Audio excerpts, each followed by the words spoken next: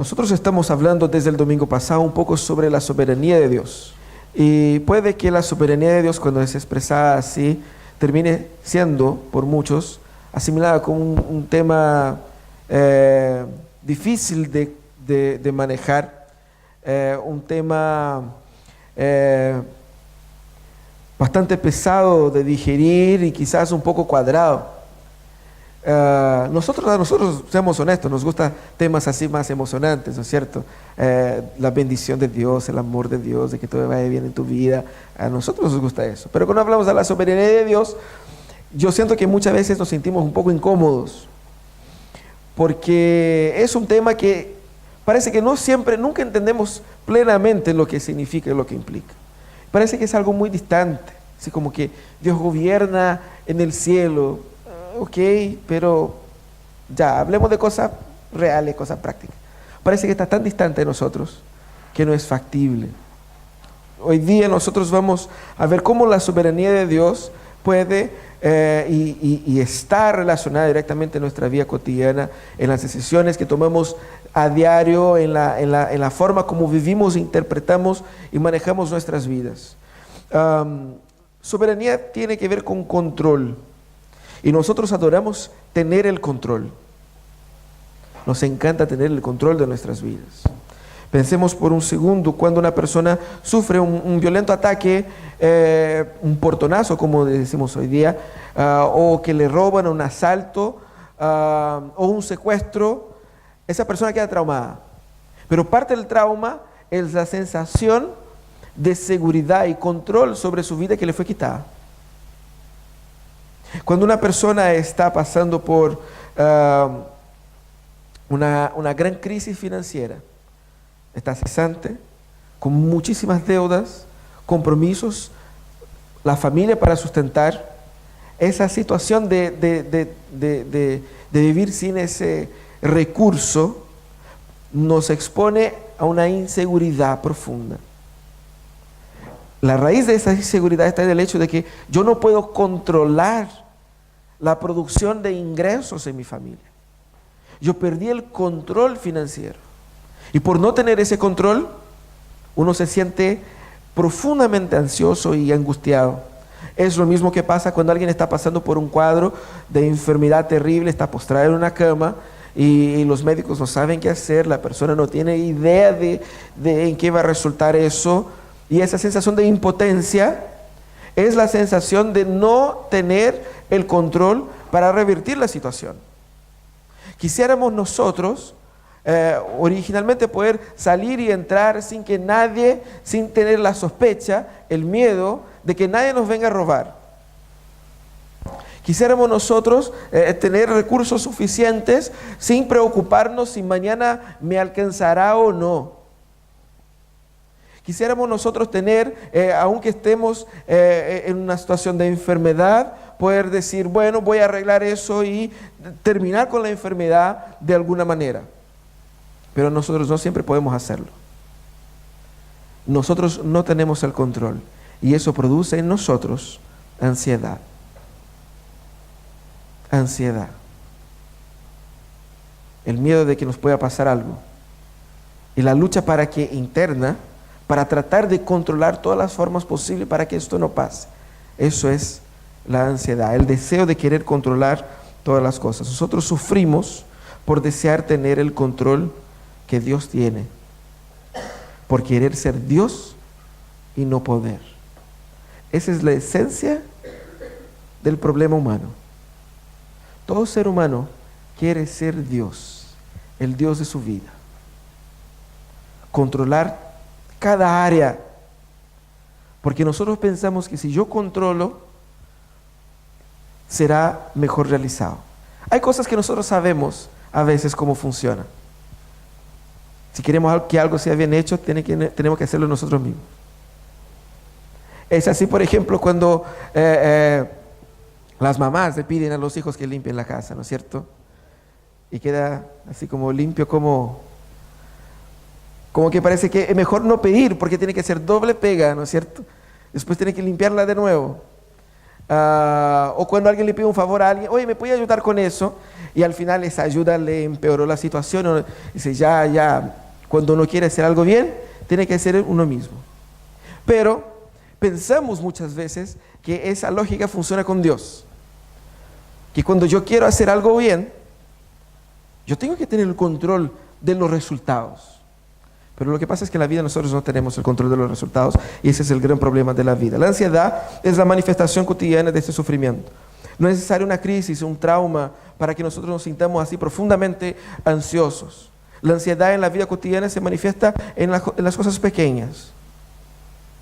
En la expectativa de una nota que va a salir, una respuesta del trabajo, una actividad que tengo que hacer, y de repente muchos de ustedes pueden que estén aquí pensando en qué voy a cocinar, tengo que pasar en el mercado para comprar eso, y se me está acabando el gas, y ¿cuánto tengo de plata? No sé, y yo no sé si me va a alcanzar, no sabe, y empieza a pensar, pero ¿cuánto tengo en el banco? No sé si me alcanza con lo que tengo para comprar lo que necesito, y mañana tempranito tengo que salir, y la comida del niño y la ropa y qué sé yo, y uno está así como que en esa presión.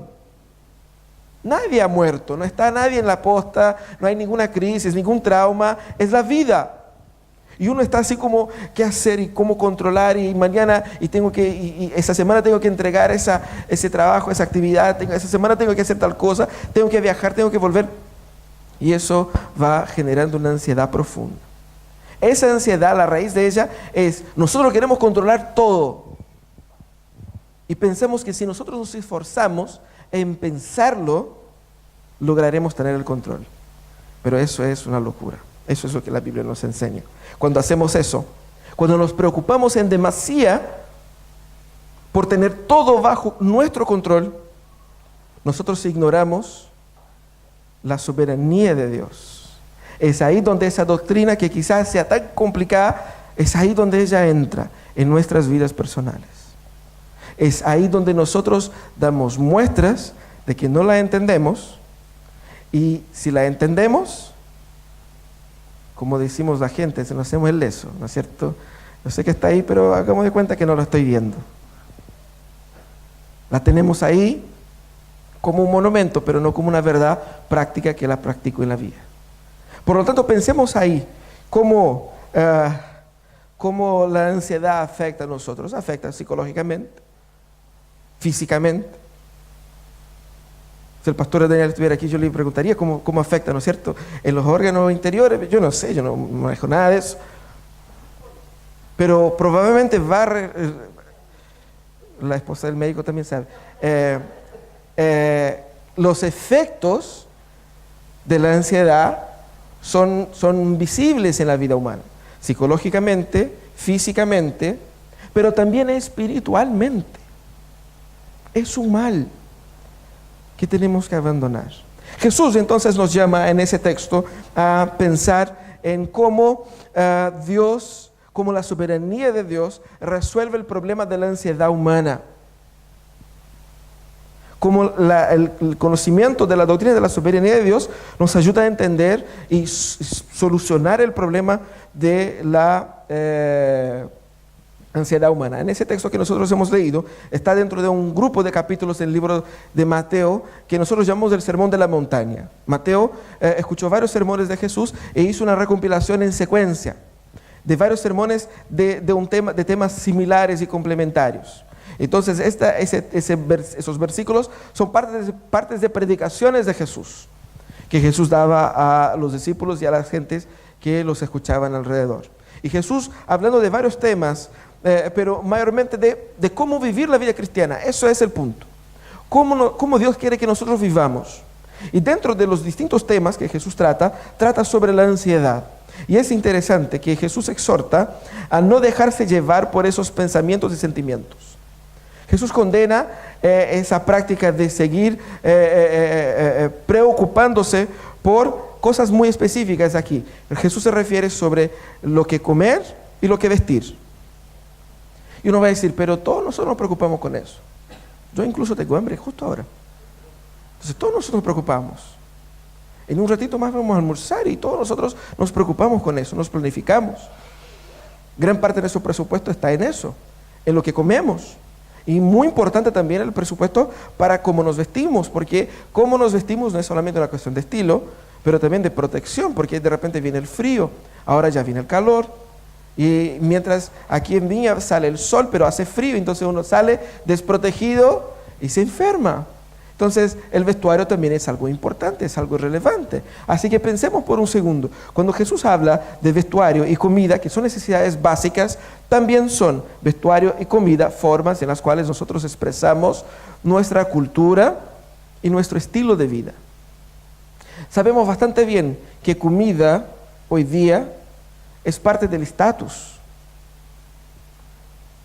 Comer en un restaurante o comer un tipo de comida o hacer algo, sea casero o sea gourmet o sea que sea, tienen hoy día esa idea también. El comer bien pasó a ser un concepto cada vez más elaborado. El comer de lo mejor, algo que la gente busca, no solamente comer para saciar el hambre, pero comer para de una cierta manera, para lucirse como comemos bien. De repente ni siquiera mucho, pero con mucha calidad. Eso es una tendencia en nuestros días. Lo mismo pasa con la ropa. No basta una ropa que te sirva.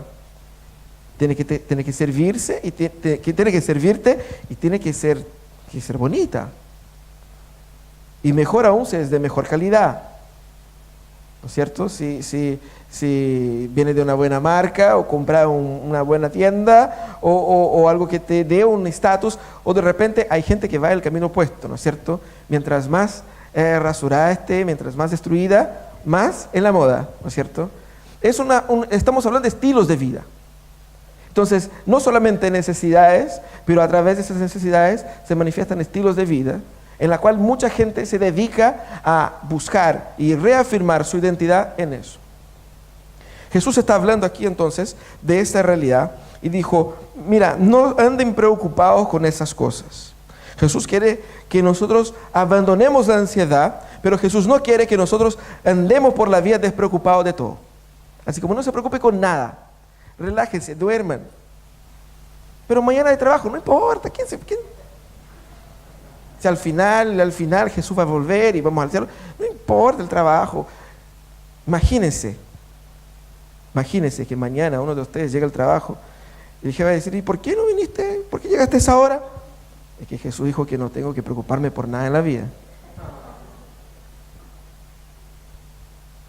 No es eso lo que Jesús está diciendo. Jesús no dice que seamos irresponsables. Tú no puedes utilizar ese texto para decir a su familia en un rato más, decir, hoy no hay almuerzo. ¿Por qué? Porque Jesús dijo que no nos preocupemos con la comida. O sea, no es eso tampoco. Jesús dijo que no debemos andar ansiosos. Preocupación es obviamente la responsabilidad por trabajar y por proveer y por tener lo justo y necesario. Pero la ansiedad es transformar eso en algo que te consuma, ser consumido por la responsabilidad de proveer el almuerzo en un rato, a tal punto que no puede sentarse y escuchar. Porque su mente está en la cocina, está en el trabajo, está en la plata que necesitas, o en la ropa que quieres, o en algo que quieres hacer. Y eso te quita el foco. Eso es lo que Jesús está diciendo. Y más. Jesús dijo, no solamente no se preocupen con eso, pero Jesús da algo del cual preocuparnos. Jesús es muy sabio. Él dijo, no se preocupe con eso, preocúpese con ese otro. Ahí está la estrategia de Jesús para librarnos de una vida que nos consuma, para una vida en la cual podemos dedicarla a algo productivo. El texto nos enseña cosas muy interesantes. El primer versículo, ahí el versículo 25 dice, por tanto os digo, no os afanéis por vuestra vida. No se preocupen con eso. Y Jesús nos llama entonces a pensar en qué nosotros debemos abandonar y qué es lo que nosotros debemos sumar. ¿Cómo nosotros podemos entonces aplicar en nuestra vida práctica la doctrina de la soberanía de Dios de manera que podamos nosotros aprender a descansar en Él? Primero, Nosotros tenemos que entender que nosotros exaltamos la soberanía de Dios cuando abandonamos la ansiedad por una vida más acomodada. Después de haber escrito eso, yo pensé, está mal escrito.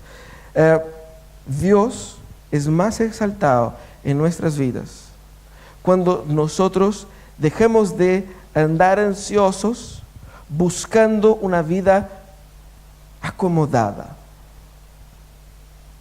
Andar ansiosos buscando tener el control de todos los aspectos de las necesidades básicas que tenemos. Cuando nosotros pensamos en la comida y el vestuario, nosotros podemos pensar así, ¿por qué Jesús se refirió a eso? Son necesidades básicas, pero al mismo tiempo son formas en las cuales nosotros expresamos la búsqueda de una vida más tranquila. Imagínense, si tenemos una tarjeta sin límite para comprar toda la ropa que queramos y toda la comida que queramos. Imagínense que usted tiene cualquier libertad de ir a cualquier restaurante en ese exacto momento y pedir absolutamente de todo. Lo más caro. ¿Qué es lo más caro que hay? Eso quiero. No sé qué es, no importa. Eso generaría la comprensión de que yo tengo una vida tranquila. ¿No es así como decimos? Estoy tranquilo porque mi AFP está garantizando un futuro, ¿no es cierto?, despreocupado, ¿no es cierto? Estoy tranquilo. Esa conexión entre estoy tranquilo porque tengo mucha comida y muchos recursos, es lo que Jesús está condenando. Lo que Jesús dice es, nosotros debemos estar tranquilos por saber que hay un Dios que controla todas las cosas. Aun cuando tengamos la FP que tenemos, aunque tengamos el sueldo que tenemos, aunque sepamos bastante bien que no alcanza ni para un restaurante promedio, mucho más, quizás no alcanza para ninguno, mejor vamos a la casa. Pero aún así yo puedo seguir con la sensación de que estoy tranquilo, porque mi confianza no está en la capacidad de proveer, en la capacidad de pagar, ni en la calidad de las cosas que como. Mi confianza está en el hecho de que hay un Dios en el cielo, que no es solo un Dios alejado, es un Dios cercano, un Dios que se preocupa por mí, un Dios que está preocupado, pendiente de mis necesidades, que me ama. ¿Cómo Jesús explica eso? Usando dos ilustraciones, pero argumentando de una forma muy interesante. Primero, Jesús va a mostrar que existe una inversión de valores ahí. Él cuestiona, ¿no es la vida más importante que la comida y el cuerpo más importante que las vestiduras? Es decir, cuando nosotros ponemos la comida y el vestuario, aunque siendo cosas importantes y necesarias, cuando ponemos eso como nuestra razón de vida, como nuestras necesidades, cuando ponemos esas necesidades como lo más importante, perdimos de vista la idea de que no son lo más importante. Hay cosas más importantes que eso. Hay cosas más importantes que un futuro tranquilo. La vida es más importante que eso. Pero para muchas personas esta es su vida. Por esto fueron a la universidad. Por eso se sacaron un título. Por eso están buscando un trabajo. ¿Para qué? Para vivir una vida acomodada. Una vida tranquila desde esa perspectiva. Lo que Jesús está diciendo es que nosotros no debemos pensar de esa manera porque primero, los valores están mal puestos. Hay cosas más importantes que eso. Pero en segundo lugar, Él va a mostrar cómo Dios manifiesta su cuidado divino. Dios es soberano y en su soberanía Él tiene todo bajo control. ¿Quiere la prueba? Miramos, Jesús dijo, mire las aves. Ellos no sacaron ningún título. Ellos no trabajan. Ellos no tienen donde juntar plata. Ellos no están imponiendo. Pero aún así, el Señor las alimenta. De hambre ellas no mueren. Y ni por eso dejan de cantar.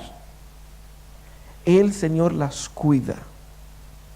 Y Jesús dice eso 2 veces Si Dios cuida así de las aves, mucho mejor cuida Él de ustedes, porque ustedes valen más que las aves para Dios. Ustedes son más importantes. Dios ama a las aves, pero mucho más ama a nosotros, porque nosotros fuimos creados a la imagen y semejanza de Dios para tener una relación con Él, y fue por nosotros que Cristo murió.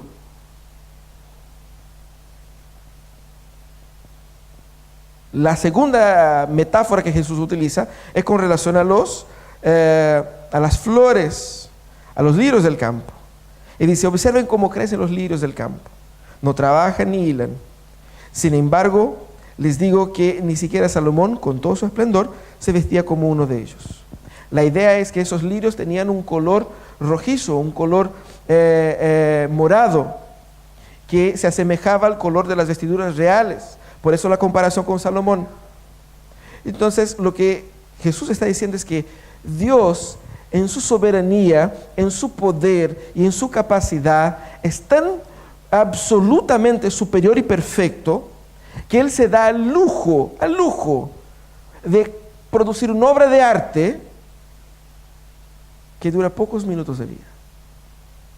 Que Él viste a los lirios del campo con una belleza que ningún designer humano pudiera haber imaginado antes. Con una perfección absoluta, que ni siquiera, como Él compara, que ni siquiera Salomón se vistió con tanta esplendor. Si Él hace eso, si Él se da el trabajo de hacer eso con una planta que hoy día está y mañana ya no está, mucho más puede hacer con ustedes. Entonces, el cuidado del Señor es absolutamente superior a cualquier cuidado que nosotros pudiéramos tener. Es absolutamente excelente en eficiencia, en eficacia, en belleza. Es decir, la manera como Dios nos cuida y la manera como Dios se preocupa de nosotros es absolutamente superior a la nuestra.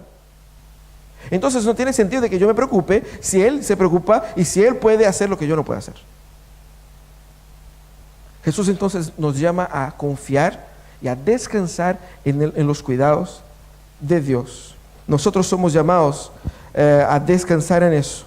El énfasis de toda esa sección claramente es la excelencia del cuidado divino por la creación y por nosotros en especial. Ahora, Jesús todavía nos da dos señales más contundentes, quizás, de por qué nosotros debemos abandonar la ansiedad. La tercera cosa que Él dice es que la ansiedad es absolutamente inútil. Absolutamente inútil. Nuestra Biblia, nuestra versión Reina Valera dice, ahí en el versículo 27, dice: ¿y quién de vosotros podrá, por mucho que se afane, añadir a su estatura un codo? La nueva versión internacional dice: ¿quién de ustedes, por mucho que se preocupe, puede añadir una sola hora al curso de su vida? Hagamos un ejercicio. Hagamos un ejercicio. El almuerzo será de aquí a 1 hora y media, supongamos, ¿cierto? Y ustedes están profundamente preocupados de cómo va a ser y si va a alcanzar la salsa y si tengo que comprar a la bebida y qué sé yo. Y están con la cabeza así. Si nosotros pensamos y nos preocupamos bastante, ¿de qué manera eso va a producir el almuerzo efectivamente? El almuerzo solo será hecho cuando se hace, cuando uno se levanta, va a la cocina y pone las cosas y lo prepara. La preocupación no prepara el almuerzo. La preocupación no gana el cupo. La preocupación no te da un aumento. La preocupación no te garantiza nada. Y por preocuparse mucho, uno no puede ni siquiera añadir 1 hora a su vida. Pero si yo me preocupo mucho, si yo me concentro, si yo me muero por eso, eso no necesariamente va a producir un efecto. Eso es lo que Jesús está diciendo. Es inútil, es ridículo. Ustedes andan preocupados de aquí para allá. ¿Y qué cambia eso? Ya, en la práctica, ¿cuáles son los resultados? ¿Cuál es el impacto? Seamos productivos. Hablemos de productividad. Si yo me preocupo mucho de la plata, ¿eso significa que yo soy un mejor administrador? No. Para ser un mejor administrador yo tengo que entender cómo funciona. Tengo que tomar decisiones difíciles. Tengo que aprender a ahorrar, aprender a no gastar como pudiera haber gastado. Pero el preocuparse, la ansiedad por ello, no me transforma en algo más efectivo. También Jesús dice algo, y ahí eso es mortal. Él dice más adelante que la preocupación es algo que nosotros podemos traducir como una especie de ateísmo práctico. ¿Sabían ustedes que muchos cristianos son ateos? Sí. En la práctica, de lunes a viernes o de lunes a sábado, viven como si Dios no existiera. Como si el mundo es el mundo de los negocios. Como si lo que importa es lo que yo estoy haciendo, mi trabajo, mi familia. Bueno, Dios está el domingo. Aquí me arreglo yo. Jesús dice, ese tipo de preocupación es un tipo de preocupación que tienen aquellos que son los gentiles. ¿Quién eran los gentiles? Todos aquellos que eran los no judíos en aquel contexto. Y que nosotros interpretamos por todos aquellos que no creen en Jesús. Aquellos que no caminan según Jesús. Ellos se preocupan de eso. Porque ellos no conocen un Dios como nosotros conocemos, que es un Dios soberano, que nos cuida, que nos ama, que se preocupa de nosotros. Ellos tienen que andar preocupados porque el mundo de ellos depende de ellos. Pero nosotros hemos aprendido que nuestras vidas no dependen de nosotros. Es no solamente una pérdida de tiempo andar preocupándose porque es inútil, pero también es absolutamente ofensivo a Dios. Porque es como si uno viviera si Dios no existiera, o como si Dios no fuera poderoso. Entonces Jesús dice, son los gentiles que se preocupan de esas cosas. Nosotros no. Nosotros sabemos que hay un Dios que nos ama. Esos son los argumentos que Jesús utilizó para explicar por qué nosotros debemos entonces tener en nuestros corazones la comprensión de que exaltamos más la soberanía de Dios cuando abandonamos la búsqueda por una vida tranquila, por una vida sin problema. Porque cuando nosotros abandonamos la búsqueda de una vida así y buscamos lo que Él nos manda a buscar, no significa que vamos a tener una vida con pura lucha, pura necesidad. No es eso. Todo lo contrario, Jesús dice que Él nos va a suplir de una forma absolutamente perfecta. Y ahí es donde entra, un paréntesis, la lógica cristiana del trabajo. El cristiano no trabaja para suplir a su familia, porque el cristiano sabe que el Señor es quien suple. Él es el gran suplidor. El cristiano trabaja para bendecir a la sociedad. El cristiano trabaja para bendecir a otros, para servir a la comunidad donde nosotros vivimos. Porque cada trabajo de cada uno de nosotros es para el beneficio de la comunidad. Eso es lo que debe hacer el cristiano. Entender que su trabajo no es yo arreglándome, consiguiéndome yo con el sacrificio, porque en última instancia es Dios quien hace con que crezca el maíz, el trigo, la comida, el Dios que maneja la economía, el Dios que controla el mundo. Dios está por encima de las crisis. Mi trabajo no. Justo ahora hay un paro, ¿no es cierto? Y mucha gente ahí se vio afectada por el paro. Entonces de repente uno pensaba, yo tenía todo programado en mi vida, qué sé yo, vino un paro y me complicó la vida. Pero a Dios no le afectan los paros. Él es el gran suplidor. Entonces yo trabajo para glorificar a Dios ahí. Yo trabajo para bendecir personas, para servir a la sociedad. También tengo que entender entonces qué es lo que Jesús efectivamente quiere que yo haga. Bueno, si yo no debo andar preocupado de la vida, ¿qué quiere Jesús? Jesús entonces dice de una forma muy breve y muy directa el versículo 33. Él dice, mas buscad el reino de Dios y su justicia, y todas estas cosas os serán añadidas. Usted se anda preocupando mucho con las necesidades básicas de la vida, entonces, ojo con eso. No preocúpese con eso, Pero preocúpense con el reino de Dios y su justicia, y estas cosas te serán añadidas. Algunas cosas importantes que Jesús dice aquí. Primero, Jesús no dice, preocúpense por eso en lugar de aquello. Jesús dice, preocúpense por el reino de Dios, es decir, para que la voluntad de Dios sea hecha en el mundo, para que la agenda de Dios sea cumplida, para que Dios sea exaltado, para que vidas sean transformadas, para que vidas sean impactadas por el Evangelio. Gasten sus vidas y preocúpense de que el nombre de Jesús sea propagado, de que la palabra del Señor sea predicada, de que más personas estén obedeciendo a Jesús.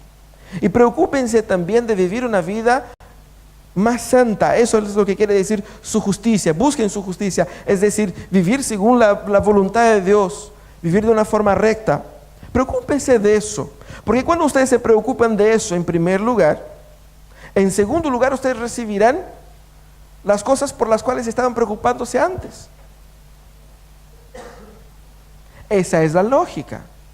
Entonces Jesús establece una línea de prioridades. Primero eso y después aquello. Pero cuando yo pongo lo segundo en primero, yo pierdo tanto el segundo como el primero.